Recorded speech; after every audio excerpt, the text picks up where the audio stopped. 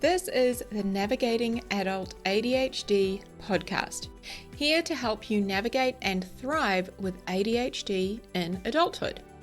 I'm your host, Zena, and I was diagnosed at age 36. As with many ADHDers, I have a rebellious and non-conformist style, and that means that there will likely be swearing in the coming episode. Please be mindful of any little people. Hello, my friends. Welcome back to Navigating Adult ADHD. Today we're going to be talking about negative thinking, and this episode has been a long time in the making, coming. I don't know. What is the correct English there? I don't even know. But I'm very happy to be bringing this to you all because it is, oh dear, I think we're going to have some English language. We're going to have some trouble today. We're going to have some interesting words. I love to make up words, so that's how we're rolling to start. But yes, this episode has been coming for a while. It is a hot topic for those of us with ADHD, as we will explore. So happy to be here. Before we dive in, I have a favor to ask you.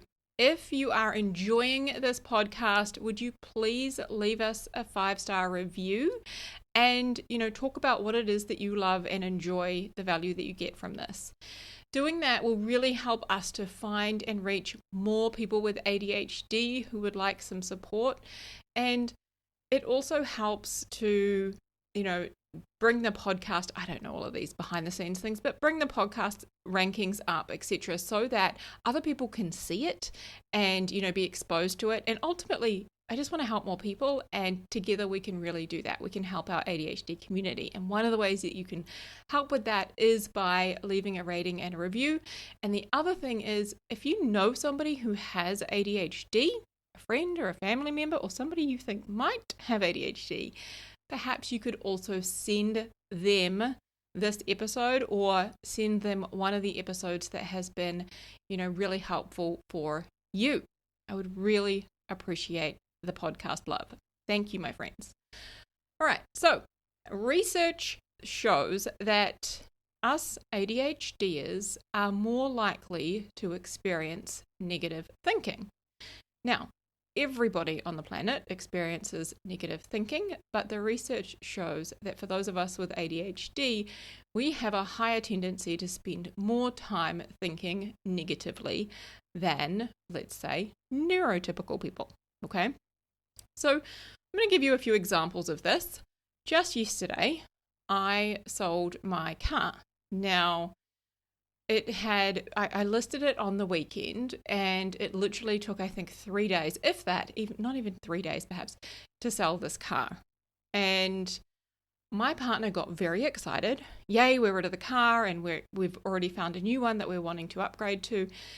But my brain did not get so excited. In fact, I had thoughts like, it's probably not going to work out. He probably won't show.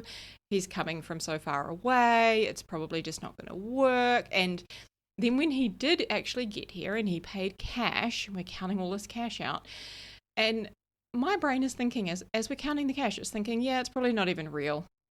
And we get back inside and my partner's all excited and, it steps in the right direction and he's saying all of these positive things. And my brain's like, yeah, it's probably too good to be true. This cash is probably fake. You see what I mean? I'll give you another example. I get up every single night. So in the middle of the night, I wake up and I go to the bathroom. So I know a lot of you will relate to this, how you go to pee in the middle of the night. I'm one of them. I have to pee. Doesn't matter how much I drink or don't drink, what amount of liquid I have, I just got to go. So in the middle of the night, I get up and I go pee. And every night, this has become a habit for me, every night as I come out of the ensuite bathroom and I walk back to bed, I peek out of the blinds and I look outside to the street. Now, the street is directly outside our window and I can see it, and there is a street light that shines, so I can see a good portion of the street. And when I look out there, I am always looking outside for one of my cats. Specifically, I have 2 cats and they are my whole world, but I am looking outside for one of them to be squished on the road. That's what I'm looking for in the middle of the night. It's like my own horror movie every single night when I get up to go to the bathroom. And we're going to talk a little bit more about this example. Now, it's no secret that most of us with ADHD, we have a very busy mind.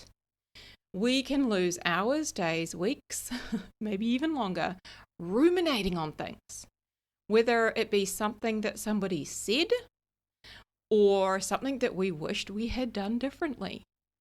We can go over and over and over it in our brains. And I hear from so many of you who say to me, I wish I could just switch my brain off, or I need a mental break.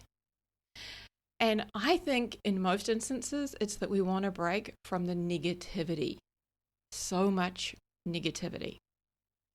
Now, as ADHDers, it is fair to acknowledge that we have had many negative experiences in our upbringings whilst trying to fit in to a neurotypical world. Okay? So we've had, and I've talked about a lot of my own experiences here, but we may have been told that, we're never going to amount to anything, or we just need to be quiet, or why can't we, sit down and shut up and listen, or, why can't we just do as we're told? Like, we've had a lot of negative reinforcement growing up, especially when we had no idea that we've got ADHD and we didn't know that we were different, and we just thought we should be like all of those people around us, or the majority of people around us who were neurotypical, right? So we've had a lot of negative experiences, a lot of negative messages and reinforcements in our upbringing, okay? And we have, in many ways, failed at lots of the neurotypical expectations or the neurotypical rules in society and throughout society. And that's because we were, first of all, measuring ourselves against, something that we're not, which is completely pointless when we understand, or not completely, but I think you guys understand what I'm saying. But what that means is we've internalized a lot of those negative messages or the negative thoughts that we've heard from other people. We internalize that and we start to think and believe those things about ourselves. So what that could sound like is thoughts like, I'm so lazy. What's wrong with me? I don't have what it takes. I always fuck things up. I'm a failure. I should do better. I should know better. I'm a terrible mother. I'm a terrible friend. Nobody likes me, right?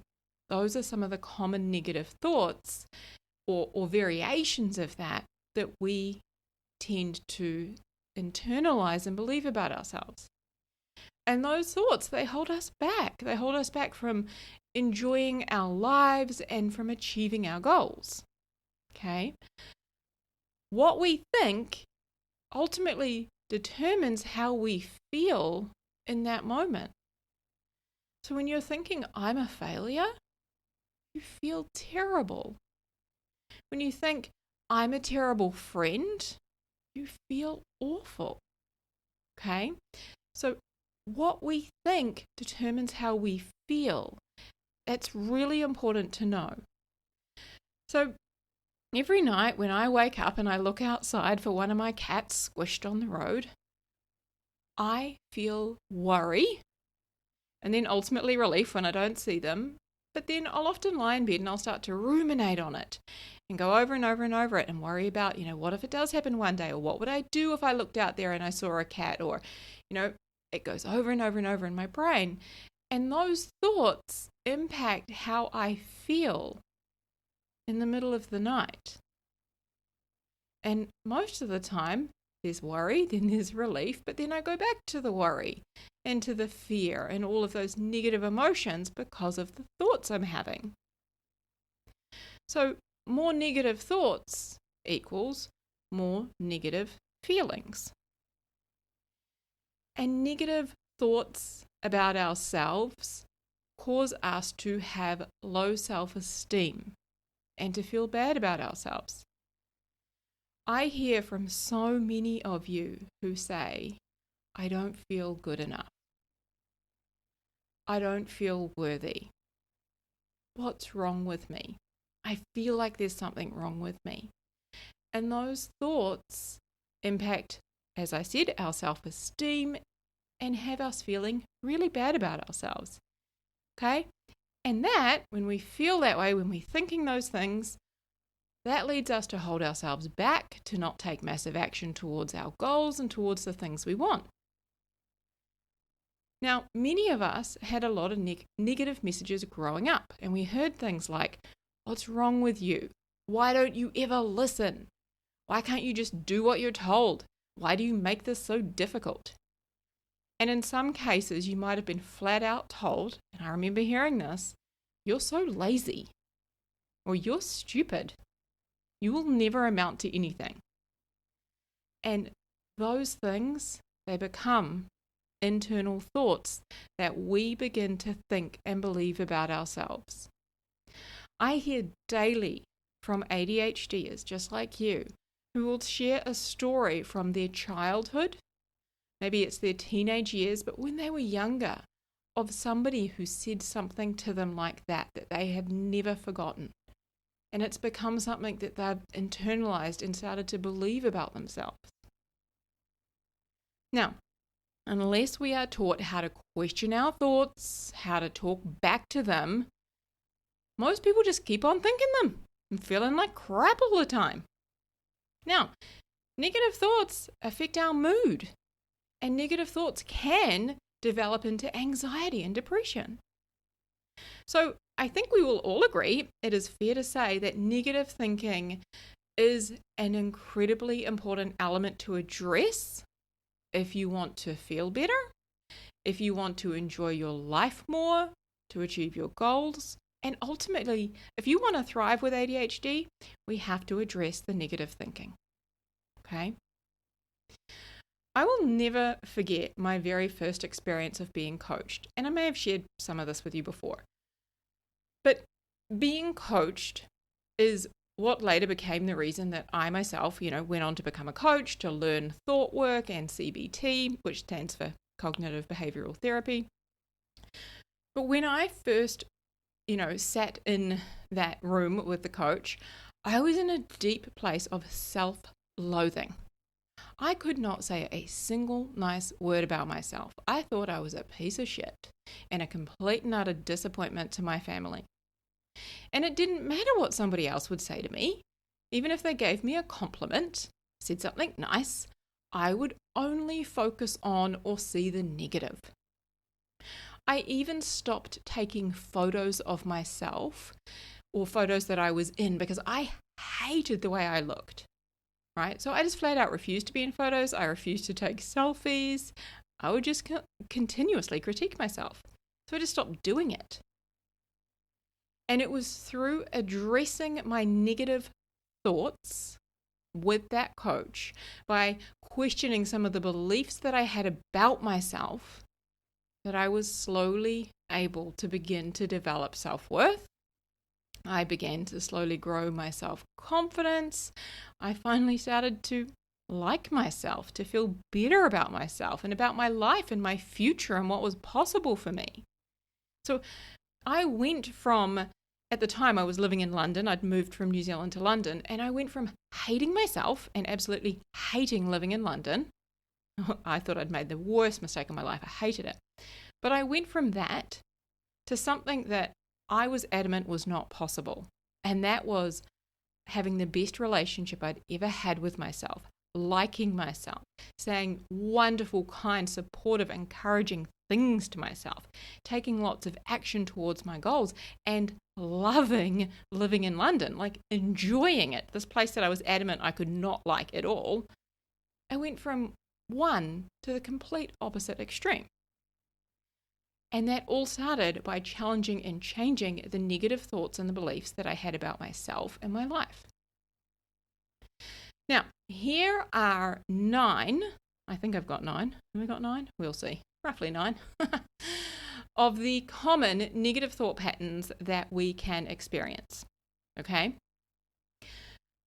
First off is all or nothing thinking, also sometimes referred to as black and white thinking. Okay, when we think that something is either good or bad, we're either all in or all out. There is no in between. So one example that I will often use is with alcohol. People will often say to me, like, I have to quit drinking. Like, I have to give up alcohol if I want to do this, if I want to pursue this goal, if I want to be healthy, I have to quit alcohol, have to, stop drinking altogether, have to stop. I can't just have one drink, or I can't just drink on weekends, or I can't just drink less. I have to go all in. That is very much all or nothing thinking. It's very black or white. It's one or the other. There is no in between. Another common thing I see amongst us with ADHD, and I do this too, and that is catastrophizing. So seeing the worst possible scenario, or scenarios, multiple, and then running over and over and over them in your mind.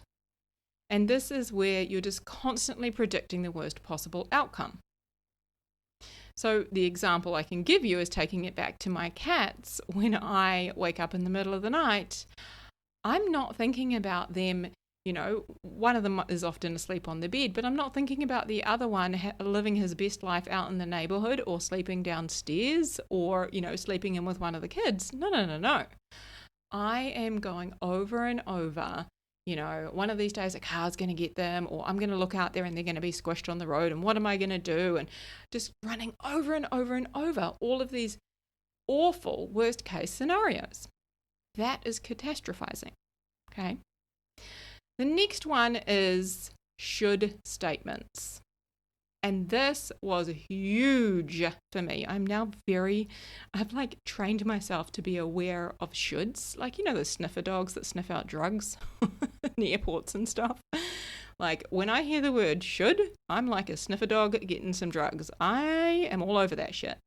And I have trained myself, because should used to be my favorite, worst, word that I would use. I would use that all the time. I would should on myself till the cows came home.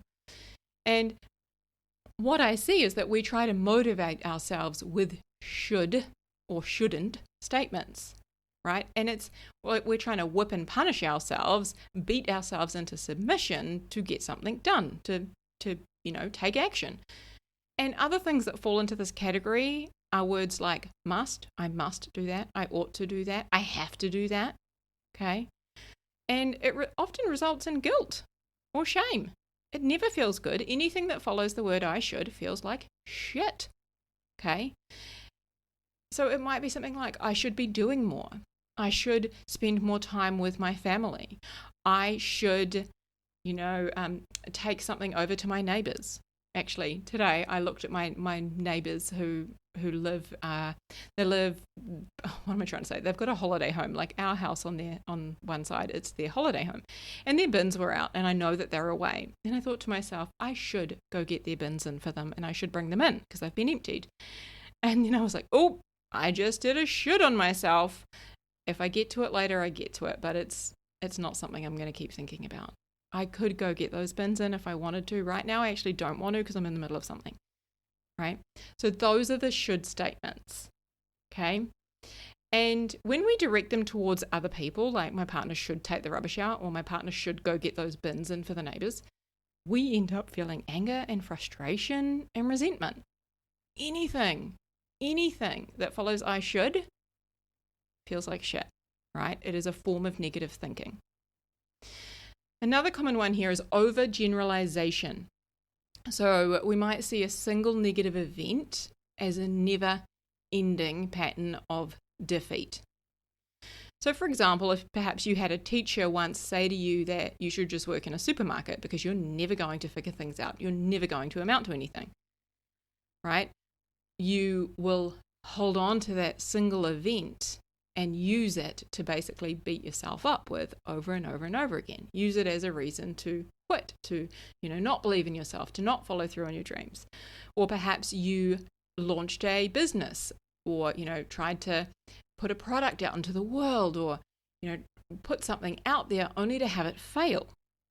And now you use that as a reason that you can't achieve your goals and that you'll never amount to anything. Okay? That is overgeneralization. Another one is mental filter. So this is where you pick out a single negative detail and you dwell on it exclusively so that your idea of reality becomes darkened. And I love the example. I got this from, I think it was a Harvard article that I was reading on Harvard University. It said, much like the drop of ink that discolors the entire beaker of water. Okay, so when we're mentally filtering for the negative, we're mentally going through scanning for the negative to put that drop of ink into our water.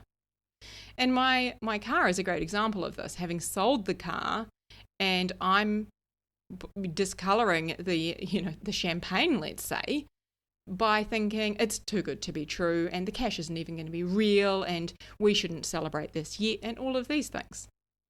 I'm the one going through and finding the negative in it that isn't necessarily there at all.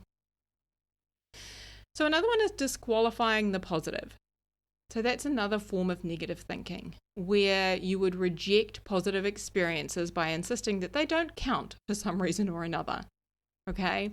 And I see this often amongst women who will get a compliment, and, somebody might say, for example, I was with a friend just after New Year's. I was catching up with two friends, and one said to the other, "Oh, you look like you've lost weight. I know you've been doing a lot of exercise and so on." And she said, "Yeah, I did, but I've put some back on, and I'm not eating very healthy, and I'm it's not going very well." And so, although she had received a compliment, she straight away discounted it. And that is something that we do quite frequently, is we will get a compliment or we'll get some positive feedback or reinforcement, and then we won't count it, right? Maybe you get some positive feedback at work. Hey, you did really well with that client, or, that family really appreciated you, and you went above and beyond for them. And then we go, yeah, but I should have done more, or, I could have gone above and beyond even more, what have you. You get what I'm saying, right? That's disqualifying the positive. Now, I remember when I launched my business years ago, I'm coming up, I think, 8 years, maybe it's 9, I don't know. Anyway, when I first signed my coaching clients way back, I kept doing this to myself over and over again. I would not acknowledge the achievement or the fact that, I had signed clients and I was finally, running my own business, and it was a success, and it was working, and I was getting to do work I loved, and I was getting to help people. I wouldn't acknowledge any of that. I just kept, writing it off and saying, "Oh, no, it doesn't count yet. It doesn't count yet. It's not enough. It's not enough." Right? So another form of negative thinking is jumping to conclusions. Sound familiar? Right? So you might make a negative interpretation, even though there is no real facts to support that conclusion. So, for example, my cats, right? I am jumping to a conclusion every single night when I hop out of bed, when I stick my head out of the blinds to have a look outside on the street. I'm jumping to a conclusion that something terrible and awful has happened. Another one here is either magnification or minimization of things. So what that looks like is exaggerating the importance of things, such as exaggerating the importance of making a mistake at work, or, using the wrong word, or making a spelling mistake and it being published somewhere. I used to do this all the time when I would send emails out, and, I would send emails out and they'd go out to thousands of people. And my mum would always be the one who would hit reply and say, "Oh, darling, you misspelled this and this and this." And then I would go, "Oh my God, I can't send emails. I need to get them spell checked. What? This is awful. What are people going to think?" And da-da-da-da. And I would go off on this massive tangent. So I was exaggerating the importance of misspelling a word or using the wrong word. To be honest, I still do that to this day, and I just don't give a shit. I actually like it when I read an email or see a social post or what have you from somebody else, and they have made a mistake or misspelled something or used the wrong word. I love that, because to me, it makes me feel normal, because I'm like, oh yeah, I do that too. I actually like them a little bit more for that very thing. So, tangent, but relevant, right? Anyway, back to magnification or minimization. So, as I was saying, you can either exaggerate the importance of things, which could be your stuff up, or, someone else's achievement even. You might exaggerate the importance of someone else's achievement, or you might inappropriately shrink things until they appear tiny, which could be, your own achievement, or it could be your own, your own desirable qualities. It could be your strengths. You might shrink them till they appear tiny.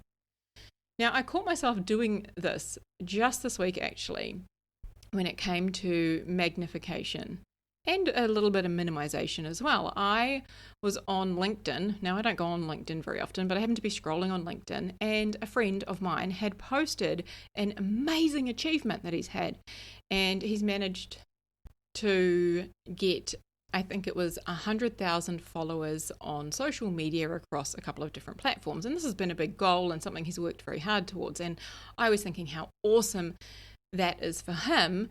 And then I went immediately to making it mean something bad about me and that I'm not doing enough. And I was really exaggerating the importance of his achievement and then minimizing the actual achievements that I have had in the past year and the growth that I've had in various, platforms or areas or what have you. Okay. And of course, it felt like shit. Quick little side note here. One of the things that I have adopted, and I don't know where I got this idea from, but I have adopted this from somebody else, and I'm sorry, I can't give them credit, or somewhere else. And it is, when you look at something and you get jealous or envious, it's to say, that is for me. So say, for example, I love Range Rovers, and when a beautiful black Range Rover drives past, it's not that I necessarily get jealous when I see that, but I now look at it and I go, that's for me. One day, I know I'm going to have a black Range Rover. I love it. It's on my dream board. That's my car. But even looking at this social media post and seeing his huge achievement, it's an opportunity for me to go, that's for me. If that's genuinely something I want, which is something I started to investigate, and it's not really something that important to me in the short term, but maybe in time it would be great, but it doesn't really mean a lot having that kind of material number at this stage. And that's not to minimize his achievement, but just to see where my brain was at. But if it is something I want, then that's for me too. That's available for me, right? I love that reframe. I just want to throw that in there. And the last one I want to address when we talk about forms of negative thinking or patterns of negative thinking is emotional reasoning. So this is where you assume that your negative emotions necessarily reflect the exact way that things are. So you're assuming that your negative feelings are the reality. And this is a very tricky one, and one that I still do much work on with myself, to separate the difference between how I feel and just believing it as, the reality of the situation. And I don't want to get into the nuance here because, it's very important that we do validate our own feelings and our emotions. But sometimes we also need to be able to separate how we feel from the truth of a situation or the facts of a situation. Okay, I'll give you an example. A couple of nights ago, I was cooking dinner and my partner was cooking at the same time, and he was making pasta for him and the boys, and I was making a slightly different variation of that meal because I don't eat the same pasta that they do. Anyway, he had his headphones on and I was trying to get his attention. He kept getting annoyed because he was trying to listen to his music and he was doing his things in the kitchen. And it wasn't that he was necessarily annoyed, but he gave me a look that I interpreted as annoyed. And I said, are you not putting carrot in this meal? And he's like, nah, I'm just not going to. And I was like, really? The kids need their vegetables. Are you serious? Come on. This is such an easy way to get vegetables. I'm about to grate it. I could have given you some. Obviously, I was going to put some in my meal, right? But this just made me so frustrated. And even as I'm telling the story to you, I can hear how silly it is. But, and this will inform a future episode, trust me, frustration is something that we are going to talk about, and rage that we experience as ADHDers. Trust me, there's a whole episode right there. But when I look back on this, I can see how silly it was at the time. We're talking about putting a carrot in a meal, no big deal. But for me, at the time, my frustration was so strong and it felt so valid, and I felt like he was in the wrong and there was no other way to see the situation. Now, I did come out of that pretty quickly, but that's an example of how we can use emotional reasoning and what that pattern of negative thinking can look like. Okay. Now, before we talk about how to address negative thinking, I do want to touch on a few things that are very important. Firstly, the goal here and the goal in life is not to be positive all the time. Okay?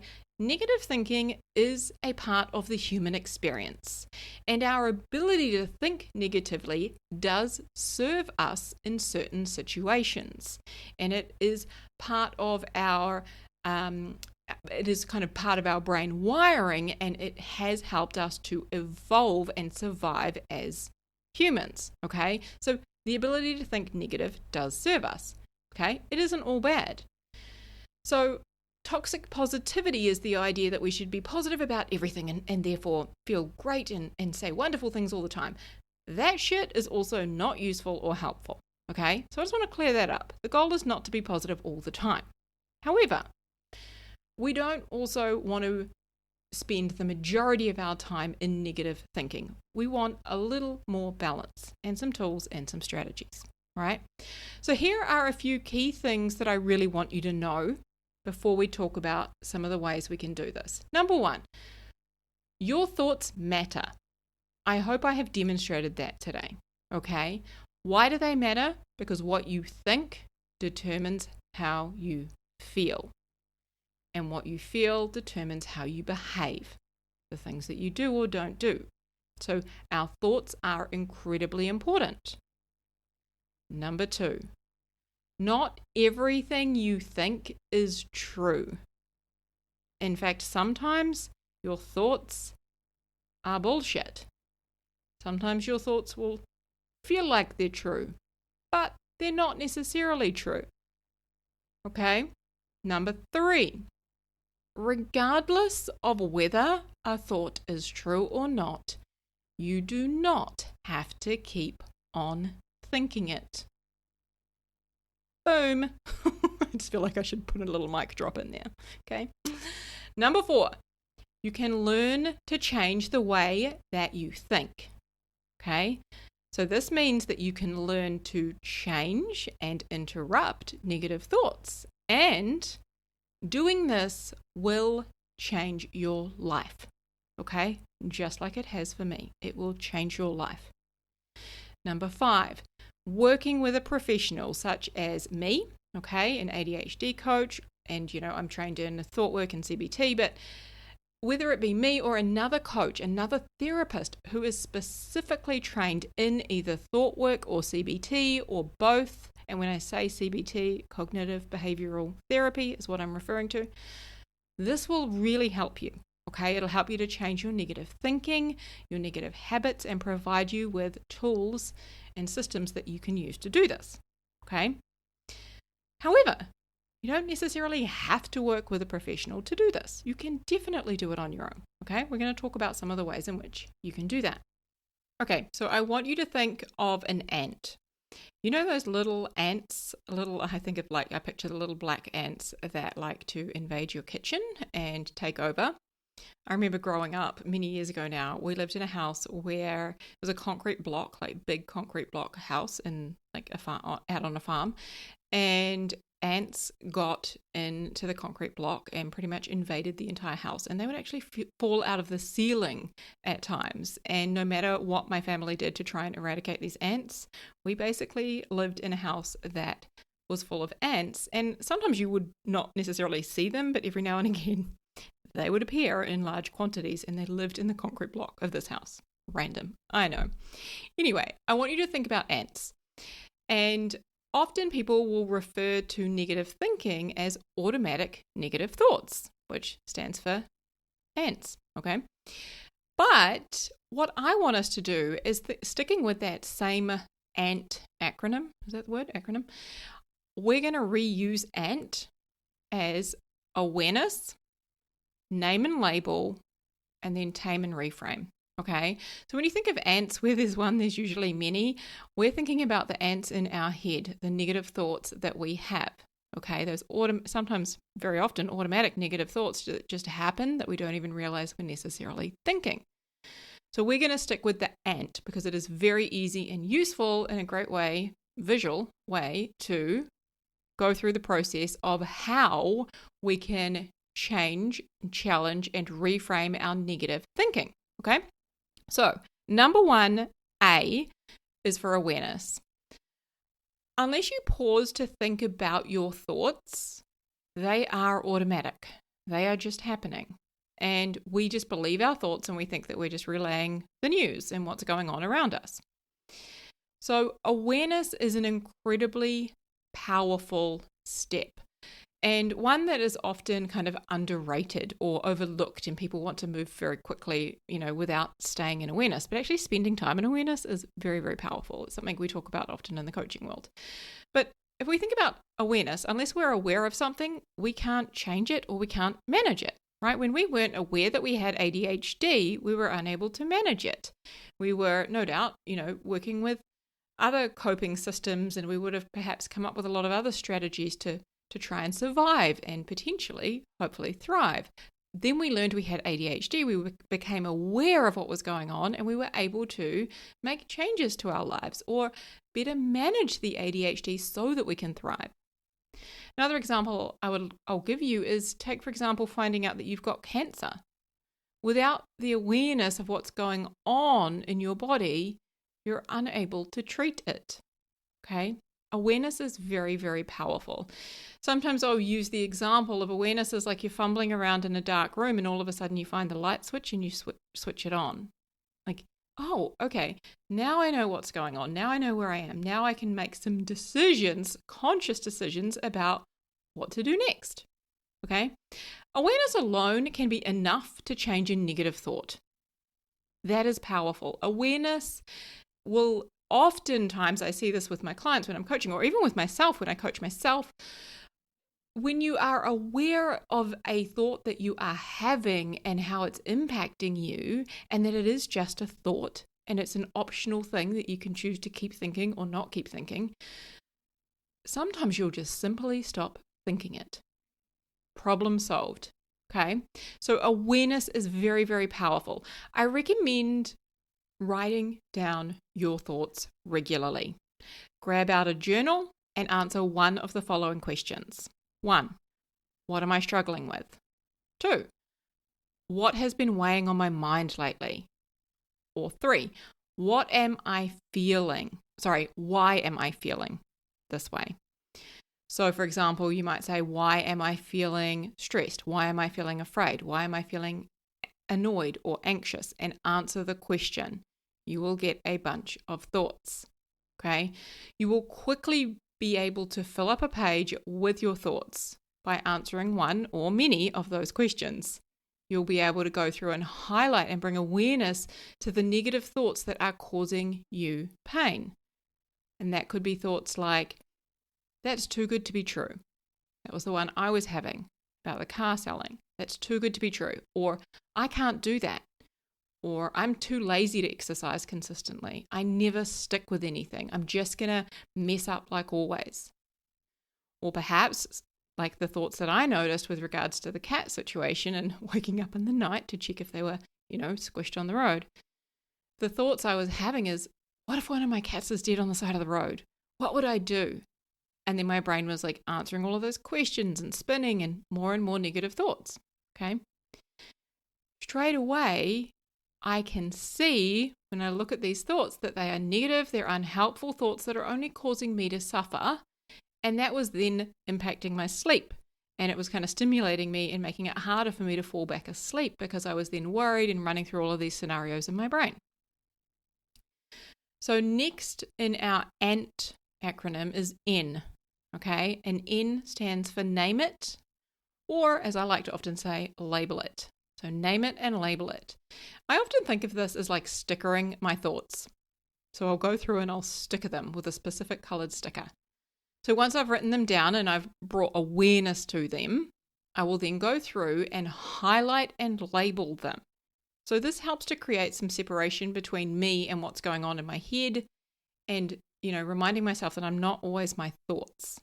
Okay, so it helps to create some separation and show me why I'm feeling the way I am, because I'm thinking these thoughts is leading me to feel this way. Okay. You can make a game out of this. Many of my clients do. You can pay attention to the favorite sayings that your brain has, the favorite thoughts that it comes up with, and, keep stickering those negative thoughts that you're seeing. Okay. The more you write them down and label them, the more that you're going to start to notice patterns of thoughts that you will often go towards, or old belief patterns that you might be stuck in, thoughts that you might think that relate back to an experience you had as a kid. Okay. You could also go through the 9 types of negative thoughts that we have explored here today and identify them, right? Sticker them. Oh, that's an all or nothing thought right there. I see it. Okay. Like I said, make a game out of it. And by seeing what your brain has, what its favorite types of negative thinking are, it'll become a lot easier and quicker for you to spot them and to recognize your negative thinking patterns. Okay. Now, when you think a negative thought without challenging it, your mind just believes it, and then your body reacts to it. So just today, I was in a coaching session with a client, and she said to me, whatever I do, I fuck it up. Now, left unchallenged or unchanged, that thought has her feeling really bad about herself, feeling like a failure. And it also has her quitting on her goals and avoiding them or half-assing them, because part of her is thinking, what's the point? I'm just going to fuck it up anyway. Okay? That is a negative thought that we can address. And that brings us to the final step. When we have our ANT, the T stands for tame it and reframe it. So this is the part, my favorite part, where you get to talk back. We have in our household right now a boy who is going through puberty, and he is in the talking back, answering back stage. I'm pretty sure I was very good at that as a teenager, and he's nailing it. Like, it doesn't matter what you say to him, he has something to say back to you every single time. Ooh, just because I didn't need another avenue for frustration and annoyance, but yes, anyway, we will not go there. So this is the part where we get to do that to ourselves. We get to answer back. We get to be cheeky. We get to reframe it, okay? So the most effective way to tame and reframe a negative thought is by using a question to challenge the thought. Now, our brains love questions, and left unsupervised, they will mainly focus on negative questions. Now, there is a reason for this. Remember, I think a couple of episodes back now, we talked about, maybe it was last episode, we talked about our survival brain and how our brain is wired to always look for danger. And it is wired to want to, be on alert at all times to help us survive and evolve. And it will drum up all kinds of crazy drama and crazy ideas to keep us playing small, as our brains think that they're helping us to stay safe, okay? So our brain's doing its job. It will generally tend to lean towards that negative side and focus on answering negative questions. So when it comes to taming and reframing with a question, here are some of my go-to questions for negative thoughts. Number 1, what if it all works out? Really, what if it all works out? Number 2, what if nothing has gone wrong? I like that one because it really challenges me to think differently, especially when I'm so convinced that this is a problem, and often it's not a problem. In fact, this is exactly how things should be unfolding, and it's okay. Number 3, what am I making this mean? And what else could it mean? I will often use that one in interactions with other people. Say, for example, if you've texted somebody a couple of days ago and they have read your message but they haven't replied, and you're thinking, oh shit, did I say something wrong? Did I do something wrong? Like, should I have worded that better? Like, you get to identify what I'm making it mean. I'm making it mean I've done something wrong, or I shouldn't have said that. And then you can ask yourself the question. It's a very powerful question. What else could this mean? It could mean they've been busy, that they do what I do and they read it and forgot to reply. It could mean that they have intended to reply later. Like, it could mean a multitude of things, right? And when you start to look at that, you're like, okay, it's not necessarily anything to do with me. My brain is making it mean something that's causing pain. Okay, I want to focus on making it mean nothing's gone wrong. So when you do this, when you ask your brain a question to challenge your negative thoughts, it helps you to see other possible thoughts that you could be thinking. It helps you to see other options outside of the negative thinking that are also available to you. Okay? I'm going to take you back to the two examples that I gave at the beginning when, my brain was being super negative about having sold the car. And I was having thoughts like, it's too good to be true. This money's going to be fake. It's not going to work out. And when I saw that, I stopped myself and I wrote my thoughts down. And then I started to question them. I started asking myself things like, what if it's actually not too good to be true? What if this money actually is real? Because it definitely looks real. And what if actually it's all going to work out? What if my brain is just doing what my brain does, looking for a problem to solve and something to worry about? My brain's always doing that. It's always looking for that. What if nothing has gone wrong? So I get to decide that nothing's gone wrong and everything's okay. That's where I landed. And so I stopped ruminating on it and I stopped worrying about it. And I went out. That was, I think, the next day. Yeah, the next day I went out and I brought a bottle of wine and decided that I was going to celebrate and acknowledge that this is a positive step moving in the right direction and I'm really happy about it. And I celebrated, toasted with my partner and drank some lovely wine. Now, to the cat example, what's really interesting about this is that it has become a habit for me. It has become a pattern of thinking that my brain does night after night. And now, when I say it's a habit, it's not a habit I want, but it is a habit that my brain has grown accustomed to. It's my brain's, air quotes, normal thing to do each night, to get up when I go to the bathroom in the middle of the night, to peek outside the blinds, to look at the edge of the road and see if there is a cat squished. Awful, I know, it's terrible. So now, this is what I'm practicing. When I wake up and I go to the bathroom and I come back, I'm practicing asking myself the question, what if nothing's gone wrong? What if everything's okay and it's all going to work out?